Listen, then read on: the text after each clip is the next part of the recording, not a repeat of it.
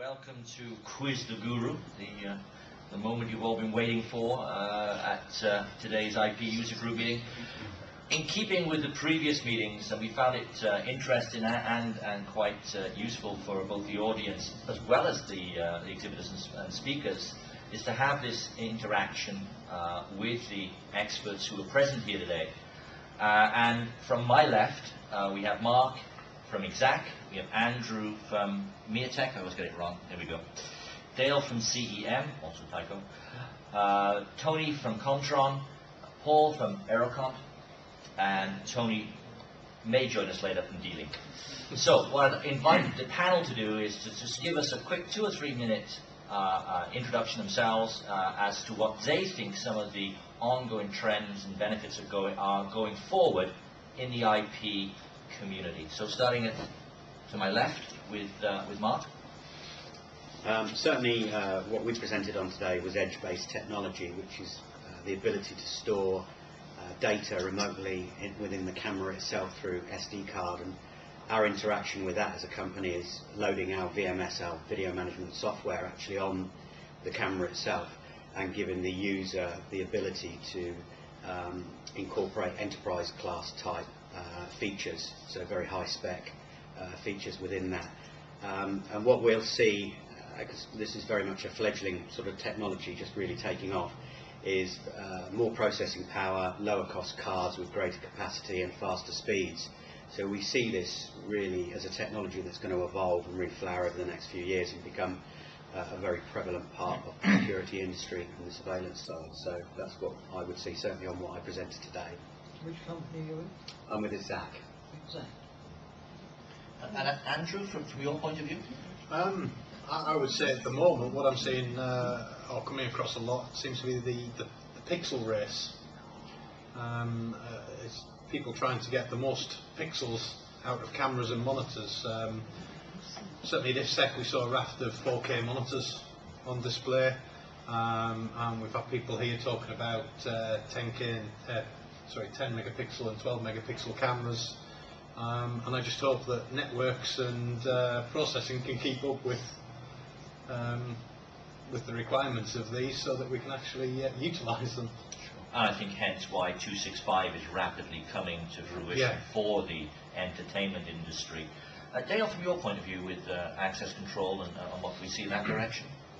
A couple of things really. I mean, the first thing is, as Mark was saying, is edge devices. I mean, we manufacture very intelligent edge devices, readers, controllers. So my presentation this morning was on about a device that gives you much more at the door rather than just being a beep and a buzz of an LED. We give you detailed information or statistical information at the door. So it's about having intelligence at the edge. Also things like sort of convergence or use of other disciplines within the access control industry. So integration is kind of a big thing now. A lot of projects that come out require a lot of integration. That might be to building management systems, to lift integrations. So these are kind of the key things, and obviously with IP that enables us to do a lot of that. Smart card technology has been around for a long time, and that's, you know, a lot more people are using smart cards, and one card for multifunction is also fairly key within the industry at the moment. A lot of our high-end users or end businesses are moving to smart card technologies to give them that option of multi-tech or multi-use from a single card. Excellent. Tony, from Contron's got a very important role in providing us power at the edge and switches and so on. Yeah, I think that area is going to grow. I think we have seen a great increase in IP. Power over Ethernet's been provided by putting power injectors in. I think there's an increasing role for managed switches and the way in which they can control the power to an end device.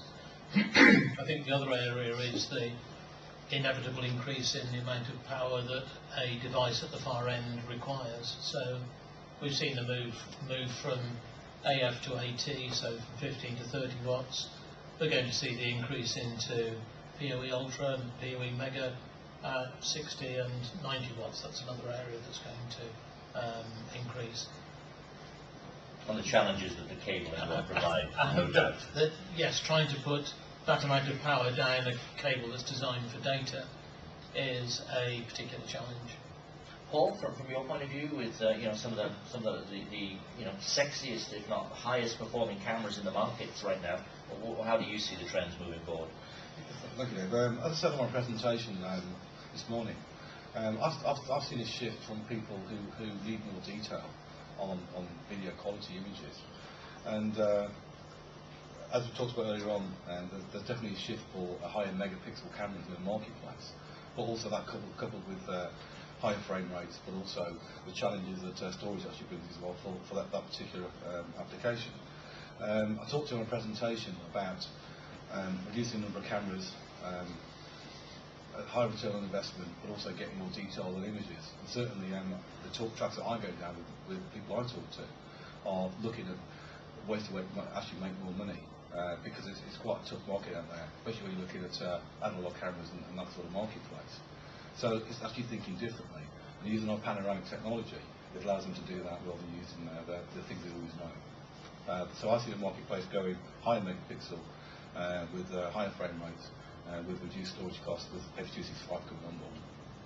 Yeah, and as you say, the install costs are still major in systems design. Absolutely. And so on and so forth. But before we get into talking amongst ourselves, which I'm sure we can do for hours on end, what about the audience? Are there any burning questions that the audience would like to ask any of the panel members? I suppose to ask a general question, the impact of IPv6, which hasn't been mentioned at all, on your businesses as a whole. Is there any impact on there, or is that just going to happen and it won't, you don't have to bother about it? Well, I think device numbering and the number of devices that we're seeing in IP networks is going to contribute drastically to the need for a new numbering system. But let the experts answer. From Exact's point of view, you're a VMS provider, you're looking at this stuff firsthand at the edge. How do you see IPv6? Oh God, I can't answer that question, I'm afraid. Okay. Andrew, from your point of view? It really depends on the kind of systems that you're going to be putting in. Obviously, if you're going to start using cloud and things like that, then the extra numbering, etc., is going to be a requirement. But if people are still looking at closed CCTV systems, then it doesn't really become a necessity. From a device point of view, you have lots of doors on your systems. I mean, yeah, I don't think we've come across any effect of it at all yet. I'm sure it's something that our development teams are looking at. I think, as you said, in the future we're going to need to have some sort of different way of numbering or increased range of ability for it.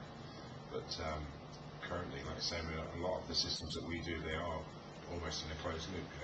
Generally businesses will keep the security on its own separate network.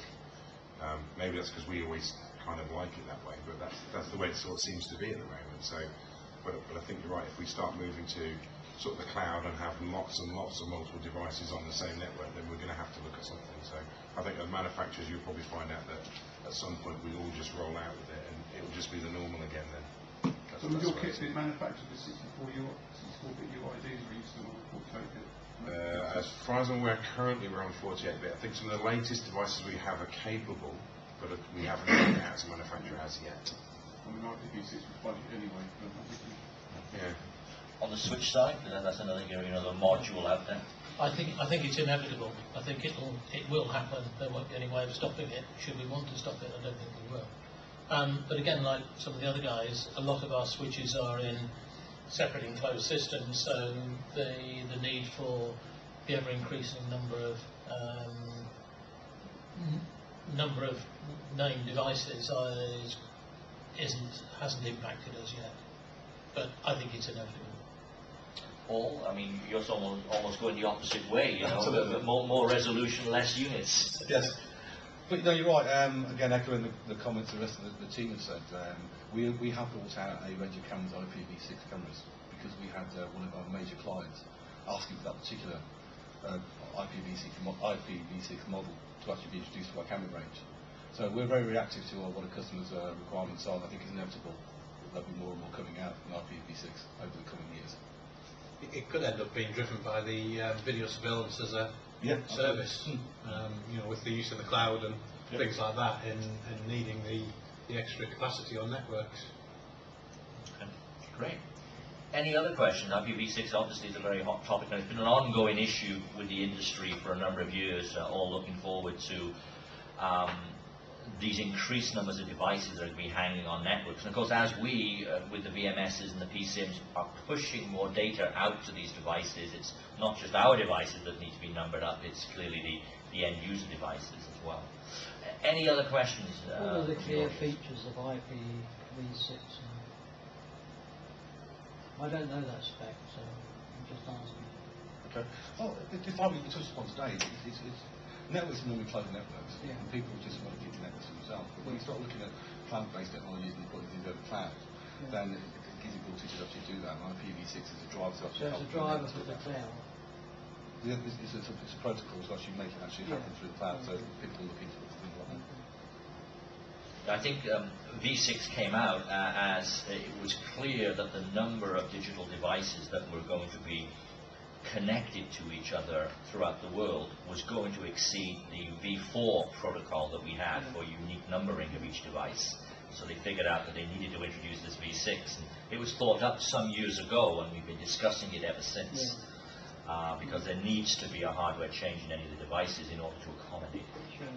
It's minor, but it just needs to be thought out. Any other questions from the floor? I've got another one. On the megapixel camera, right, where you've got a 360-degree vision, what is the deterioration towards the edge of the camera? I looked at Andrew's system, and you do get a deterioration of video as you go from the centre of the focus out to the perimeter. What is that? Is that general or is it rough? It's already stopped, John. I mean, it depends on what camera you're looking at, because it depends on how the technology actually works. But you're right, the closer to the sort of edge of the lens you're going to get to, the further distance you've got to look at something. So when you're looking at things like detail and zooming, etc., you want to get less detail towards the edge of the lens. It's like anything. If you've got a camera at home taking photographs, then if you try and zoom into the edges, it's always slightly less than the right in the middle, because the focus on the pixels are more in the middle. It depends on how the sensor actually deals with the pixels, actually with the sensor itself. I mean, is there a law in terms of dB degradation or something like that? I think well, there's no sort of law, no sort of law as such, but we sort of make it quite clear that depending on how far you want to look, depending on the degradation you're going to get, because it's inevitable that if you go too far, you're going to get a little bit of degradation. So we also say it's about camera placement and about things like pixel density. What sort of density do you want to see at the furthest point? I mean, it must be, you guys must have a specification for this somewhere. In the centre it's so many pixels, at the edge it's so many pixels, or I mean, what? You don't have a specification. I mean, what we have is things like field of view calculators, and we have things like pixel density calculators. Yeah. So you say, right, I want to see, I don't know, 100 metres away, using this particular camera. What am I going to see right at the end? And it will tell you you're going to see so many pixels right at the edge. Whereas if you, say, well, we're going to see 20 metres away, it will say you can see that 20 metres away. So yes, I mean, there's nothing that we sort of say, yeah, here you go. It's like, well, there's a calculator. What do you want to see at the edge, and how far away? It'll tell you how many pixels you're going to get.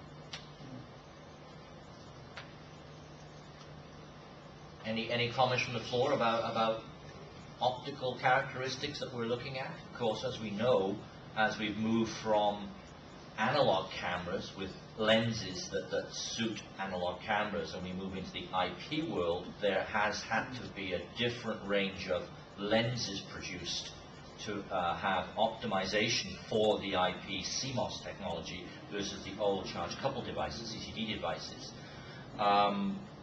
From Andrew, from your point of view, you're one of our experienced installers of systems and systems design here. How do you see that transition, particularly in the lens area? Sorry to put you on the spot. Yeah, I mean, lens is not really my forte. If Joe was in the audience, I'd drag Joe up from Canon. But I mean, it's all driven by mobile phones, really, isn't it? That's where CMOS has come from. It's come from the cameras in the back of a mobile phone, and that is by far the biggest camera market in the world now. We've pretty much been given no option but to fall in line, unfortunately. But yeah, I mean, CCD was always, I don't know what CMOS technology's actually got to now, but CCD was always seen as the better product. Well, greater investment's gone into CMOS over the last few years from the technology providers, and now you see much better performance out of CMOS than you ever used to. It used to be, it was a me-less technology, which has now overtaken because the likes of the Sonys, etc., have developed within that area.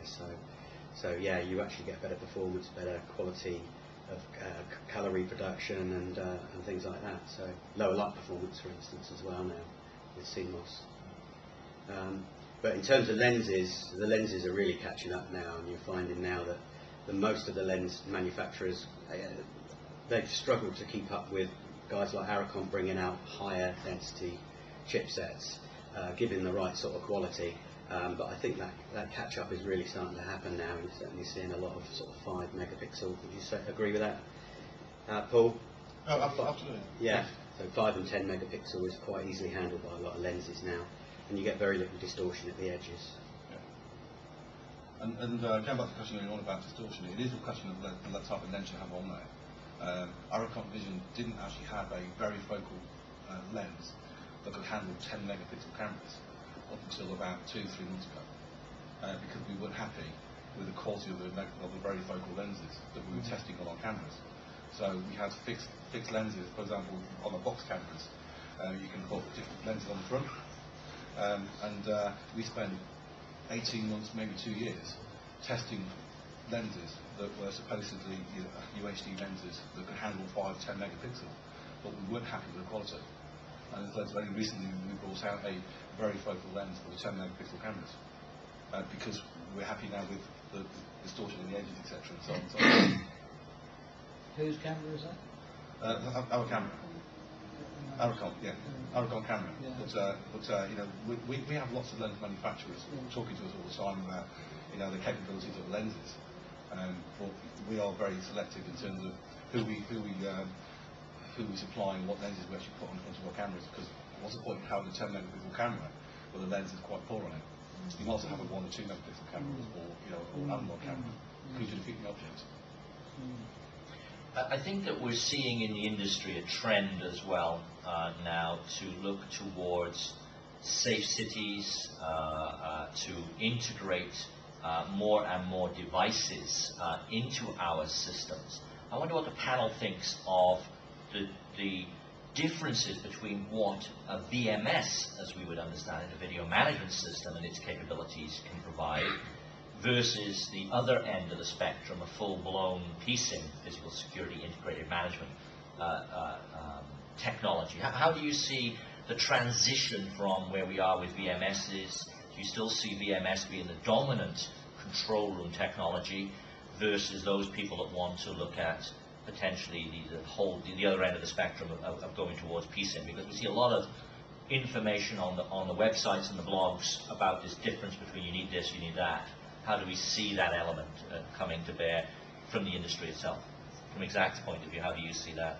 I think it's going to become ever more fragmented, the market, and I think as choice develops, whether it be different resolutions of cameras, lenses, or how you manage your recording and your viewing platforms, it will be really up to the customer to choose. We, without trying to put too much of an exact slant on it, we produce our own servers with embedded software, ready to use and ready to install. But we also produce it in a VMS format because we recognise that there are 2 types of marketplace, and in fact with PSIM there is 3 types of marketplace. It really is driven by the end user and what his requirement is for integration into access control, all the other security technologies that may be applied, and you're seeing that. I'd say one trend I have seen is that you're seeing that sort of complexity move from the enterprise top-end part of the marketplace to the mid part of the marketplace. That's why companies like Tyco have brought out mid-range integrated products, but I can only give you a vague answer because I think the market is so fragmented now. And I think that's great because customers have got a choice. What do you want at the end of the day? Whereas in the old traditional analog world, this is what we've got, and this is the reach of the technology now. There's far more choice, so I consider that all of those technologies are going to continue to prosper, and things like Edge will come along and take a part of the marketplace. Andrew, from Mirtek's point of view, are you seeing that same trend, sort of from the ground up into the mid-range? People are looking for more and more scalability, and from the top down? Scalability is certainly a big thing these days. I think going back to your initial question, I think the key thing to start with is defining where a VMS stops and a PSIM actually starts. You know, what does a PSIM actually add to a VMS? I mean, VMSs for years have been integrating alarms and you know, taking on board fire systems and access control systems, and as far as we're concerned, we even integrate to baggage handling systems in airports and things like that. So you know, how far along that line does it then become a PSIM? But yeah, certainly people are looking for a lot more flexibility within the systems these days, and you know, the VMS manufacturers are being forced into providing that. Dale, from your point of view, with the door control systems? Yeah, well, I think the same as Mark, really. It is very fragmented. I mean, you can go to a large customer, and it isn't very much customer driven, because they say, you know, they'll see whatever system for them is preferred. So, you know, some businesses you go to, the CCTV is the dominant product that they want. It's what they want to be looking at, it's what they want their guards or whoever to be managing and monitoring, and then they might want to feed a few door alarms into it. You then go to somebody else, and their CCTV is like, well, in theory it should be black screen, so I don't want to see what's going on until something actually happens, and maybe use the access control. But again, you know, as sort of Andy said, you know, where do we end up getting to PSIMs? Because who knows? I mean, I can do a job that's 12 readers. I mean, if I go back 5 years ago, 12 reader system, literally people wanted to lock down 12 doors. Now they want to lock down 12 doors, they want to integrate to the VMS systems, they want to have lift control on it. So they're expecting much more of the lower end products. And I think either you, like I say, have a good VMS or a good access control system can generally give you a lot of that. But sometimes you do need to look at a PSIM to do all that integration. So who knows really? I mean, it is a completely different sort of kettle of fish really. And Tony, from your point of view, in extending the networks, extending the system, you must see this coming through and more reach needed to integrate these high levels. Yeah, we just carry the data. You tell us where you want it going. Carry the water. He's been carrying the water. Certainly, as you go more and more to edge devices and more separate systems that are coordinated together, you will need more and more switches to link from those little systems into a larger system and then through to the main VMS. So it's all grist to my mill. I'm happy to sell as many switches as I can. But seriously though, that yes, there will be more and more switches and devices like this at the edge than there are perhaps are at the moment. And from Ericon's point of view, talking about carrying the water, you're one of the biggest water users, so to speak. I mean, for me, I echo everyone's comments here. Really, there's nothing different I can add, but it's driven by the user, and there's so many different requirements. And again, you know, where does PSIM start, etc., and so on and so forth. But I'm also finding more conversations where they say, "Great, I want to put one of your cameras in, but I want motion, I want detection, I want back left, I want to integrate that with an access control system, etc." So the conversation is taking place now anyway. Some people already have some form of PSIM or VMS or whatever you want to call it already. I just want to integrate things smoothly. And I guess it depends on the company and the organisation what their expectations are. And I think that everyone's saying it's going to happen. But what it actually means, what the implications are, I think that in time we'll know where the device is going to fit. And from the audience, do you have any particular queries regarding your views on VMS and PSIM and how you see that particular requirement being addressed in your particular areas of interest? Maybe I can make a comment there. Yeah, please do. David, I think one of the things that you know, the fact that we can ask the question is where does one thing begin, the next thing end, just indicates what IP and the digital environment is all about. Is the fact that what do you want next? You can be as creative as you like. What can you add to a PSIM? What can you add to a VMS that makes it nearer to a PSIM? What can you add to a PSIM that's going to move it on to the next generation of control and monitoring solution? But you can do that because it's IP. Whereas, we wouldn't even be able to ask that question probably 10 years ago, or maybe even 5 years ago.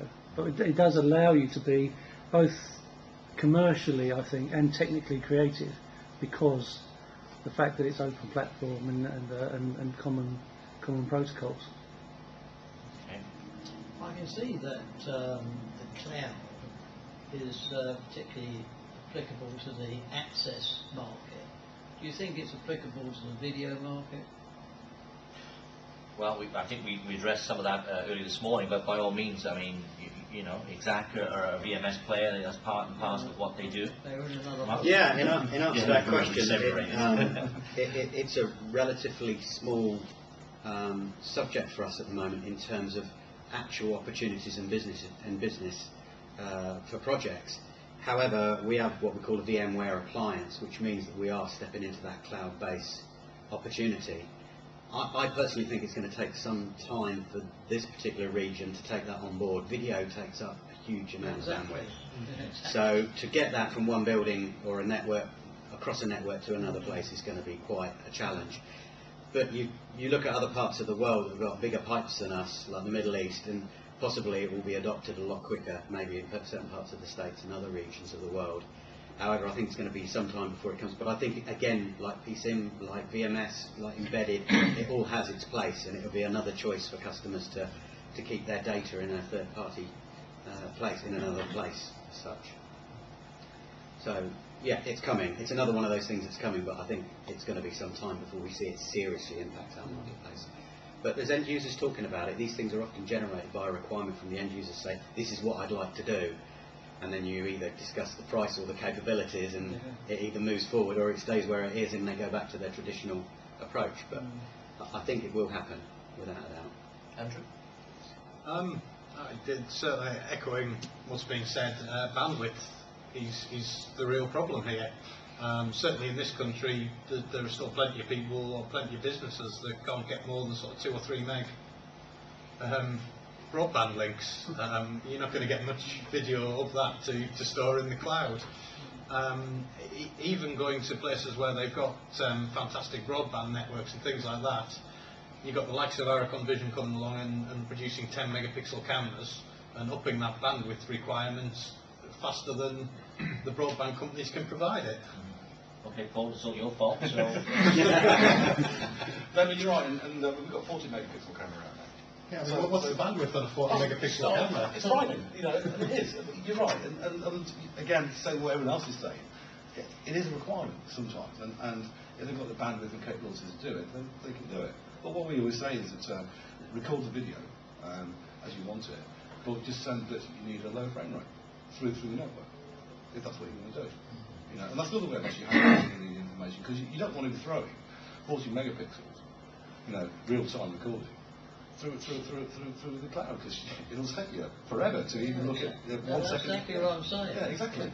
I think the other point too is that you don't necessarily just need to look at the bandwidth we've got locally. You've got to look all the way back.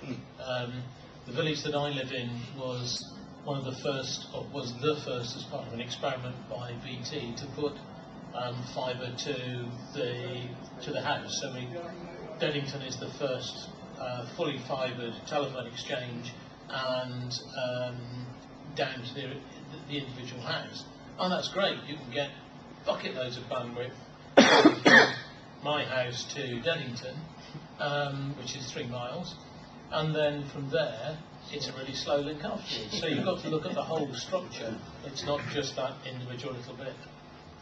And I think as we look at some of the applications, you then have to look at where in the industry you are, which vertical, which pipe you're in, because they vary. If you're a public agency, if you're a highways agency, then you'll live with what we call little islands. Little islands all over the country, and bring them together. Typical transport agency, you look at the way that the rail companies work and how they're monitored. They have their own systems.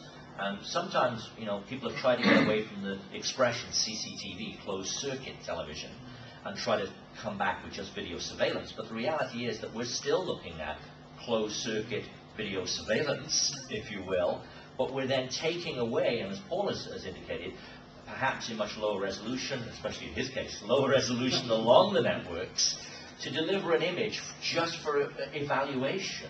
If there's any need to use that for legal reasons, for forensic reasons, then the high-res image is stored locally because you don't need to put that on the network. So storage becomes the name of the game. So it's a systems design that you need to go through. And unfortunately, we also get hit with the TV version of what we do for a living versus the reality of what we do for a living. And we can store images locally, and memory, relatively speaking, is still cheap. And then look at how we use those images for the purposes they're intended. And every retailer is going to have a different requirement to a casino, is going to have a different requirement to a bank, to a transit agency, to a passport control. They're all different. They all need design. There isn't a one-size-fits-all. And I think that's the point, is that we, as we're saying, in some cases a VMS will work perfectly, as VMS Plus or a VMS Extra will work. In other cases, you've got to push the money out, put your 4, 5, 10 million on the table and say, I'll invest in a PSIM, which, by the way, you still need the VMS. The PSIM is only a layer that brings it all together. That was a good question. I think we've got a chance for just one more go round with anybody that's got a burning question for the panel here. Conscious of time, and you want to get outside and have some more sun. So I could ask one question. Sure. Everybody's talking about putting more and more technology to the edge, and there's a big interest in getting power to those components and making those cameras or access figures or whatever you want to do more complex. The way the Internet of Things is going, actually, the reverse is true. You actually want small, low-powered sensors that you can wirelessly connect to, which may be 3, 4, 5, 6 miles from where you actually are, and will have a very low data rate backhaul. I mean, is there anything, not certainly in some areas it's not even interested. I mean, 40 megabits. Falls asleep. Obviously, it is maintenance. But certainly within the camera area, I mean, is that being asked for? For honestly low res, low tech backhaul information to maybe trigger that triggers on an incident. Let me start that off, because I can think of an absolute incident application. We've heard a lot in the recent past about cable theft, and certainly people like the transport agencies and other BT and power companies who have cables out there by necessity. We're not talking about the stupidity of going to do that, but be that as it may, people are talking about putting very low resolution cameras in those locations, remotely linked, so that they just fire the trigger, and then they know something is going on in that area, which otherwise shouldn't have people in. And those are certainly applications that I've certainly seen come to the fore to help reduce that particular crime and act as a deterrent. And there's almost, unfortunately, a dichotomy there, because people want to see things a lot and see what that is going on, but at the same time also have a higher enough resolution image to make something out of it. So there's this balancing act in terms of what you're trying to achieve and how you're trying to achieve it. But maybe the rest of the team can answer as well, because they've probably seen some of this stuff. I was just going to make a comment on that. There are obvious techniques as far as your cable theft is concerned, is to use something like RFID, PIR detectors and the like. The problem is that you then have to, if they then fire up one of your incredibly detailed cameras, then you need vast amount of data. It would take you 3 years to ship that amount of data over a 25k FM signal or something like that. Yeah. I think it's just what you're saying, really. I mean, it's okay having, if you want a cheap device, but if the image quality is extremely poor, what's the point of having it at all? Really? Well, no, I just have interest, because I mean, this is a way of triggering. I mean, it doesn't matter. But I suppose you do that with. I'm not a video expert, but I guess that's all done now as part of the analytics package in cameras. So it's not streaming or doing anything until it sees a certain event or something actually move or happen, or I would assume that's. That's what I was just going to say. I mean, it's part of the argument for putting the brains of it all out at the edge. Because you want the edge device in this kind of case to do the video analytics and to record what's happening in good quality, so that you can see the faces of whoever. That's fine, but that all requires power. So how do you generate power? If you're looking at putting something potential which is there is no power, no power source available. I mean, it's fine by railway tracks, but it's very easy to do that. But if you're potentially in railway track which doesn't have any sort of connectivity. I'm just thinking about diesel system, something like that, and you're looking at especially one of the guys, not you here, talking about national infrastructure, protection of national infrastructure. How would you set that up on a bridge or something like that? And I'm just wondering, has the question been asked to you, or am I just ahead of my time? In my days selling cameras, there was certainly quite a lot of people asking. Power consumption was a really important part of, what that component would require, and sometimes that was the criteria for buying a particular product if the power consumption was less than, say, another brand. But that's the nearest I got to that, to be fair. Certainly our customers want the VMS, or they want the server to be requiring less power, etc., and being more, having greater, greener credentials, for another expression. But that's kind of the, but it is kind of the only depth that I've ever got into in terms of questions about our products. And I think just going on from that, I mean, I've done a lot of advisory work in Asia and India and Africa, and what we see there are off-grid power requirements where we do deploy PV solar cells and batteries and small wind turbines with those devices, because that will generate enough around that particular installation to have some of the facilities, not the massive power, but enough to actually equip it. We did a project with what we call TIH, toxic inhalation hazardous materials, chemical carriers, which on trains, as well as road vehicles, there's no power on them. You don't want power on these things.